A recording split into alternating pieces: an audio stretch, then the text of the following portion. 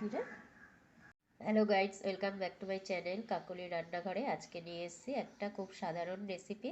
সেটা হচ্ছে সমস্ত সবজি দিয়ে একটা ঝোল তরকারি, কিন্তু খেতে কিন্তু অসাধারণ। তোমরা তোমরা ভিডিওটা দেখতে থাকো, এইভাবেই করলে পরে খেতে খুবই ভালো লাগে। নিরামিষ তরকারি। এখানে ধনে পাতা কুচিয়ে রেখেছি, দেখো সব মশলাগুলো রেখে দিয়েছি। ধনে ধনে জিরা আর হচ্ছে লঙ্কার গুঁড়ো এবার একটা একটা করে দিয়ে দেবো, মিক্সির বাটির মধ্যে দিয়ে দেবো।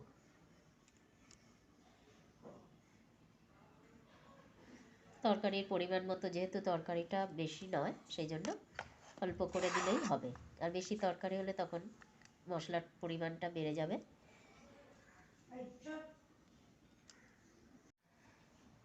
এখানে লঙ্কার গুঁড়ো দিয়ে দিলাম খুব সামান্য করেই, যেহেতু নিরামিষ ঝোল তরকারি সেই জন্য একটু মিষ্টি মিষ্টি হলেই ভালো লাগে, বেশি ঝাল আবার ভালো লাগে না।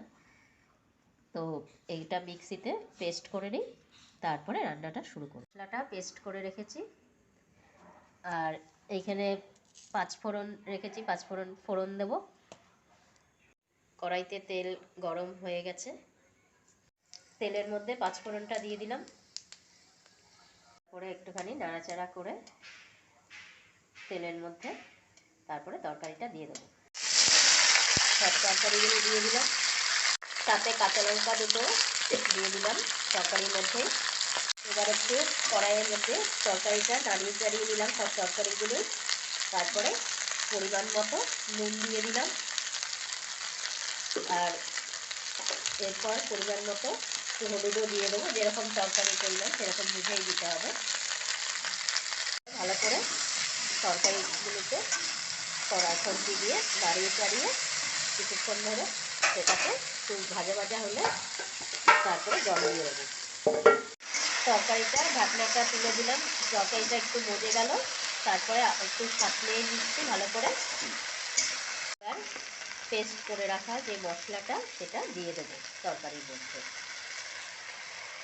যেহেতু নিরামিষ তরকারি সেই জন্য মশলাটা কষানোর সময় একটু চিনি দিয়ে দিলাম, একটু ঝাল ঝাল মিষ্টি মিষ্টি লাগবে।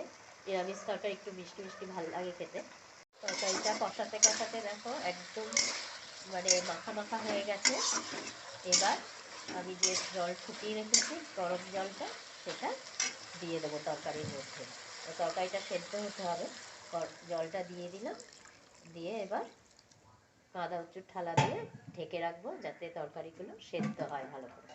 আদা উঁচু থালা দিয়ে ঢেকে দিলাম, এবার কিছুক্ষণ সেদ্ধ হোক, তারপরে আবার তোমাদের দেখাবো ভিডিওটা।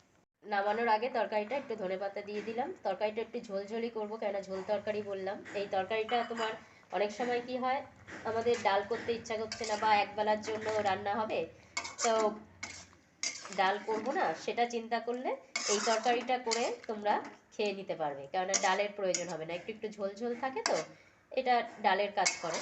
তো সেই কারণেই এই ঝোল তরকারিটা করা। তা একটুখানি ফুটুক, তারপরে নামিয়ে ফেলবো। ঝোল তরকারিটা আমার রান্না হয়ে গেছে। তা আজকের মতো ভিডিওটা এখানেই শেষ করলাম, আবার নতুন রেসিপি নিয়ে তোমাদের সামনে চলে আসবো।